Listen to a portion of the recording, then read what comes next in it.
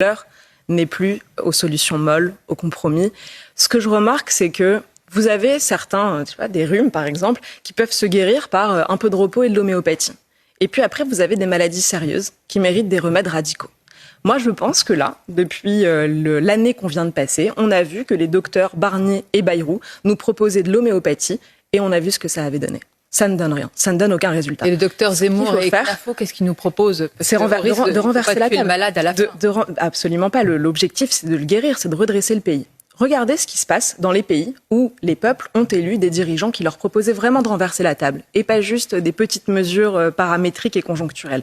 Vous avez le Salvador de Nayib Bukele, vous avez l'Argentine de Milei, vous avez l'Italie de Meloni juste à côté de chez nous, vous avez les États-Unis de Donald Trump. Si je vous prends le sujet de la sécurité, regardez ce que fait Nayib Bukele.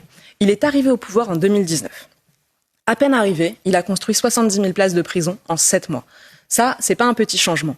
Il y a enfermé les délinquants et résultat, il a libéré sa population. Vous ne souhaitez pas le même traitement dans les prisons de Bukele qu'en France, quand même. Et regardez le résultat. Il a libéré sa population. Donc vous regardez simplement l'efficacité. L'efficacité des mesures. Il a libéré sa population et résultat, le Salvador est passé du pays le plus dangereux du monde au pays le plus sûr du monde en 4 ans.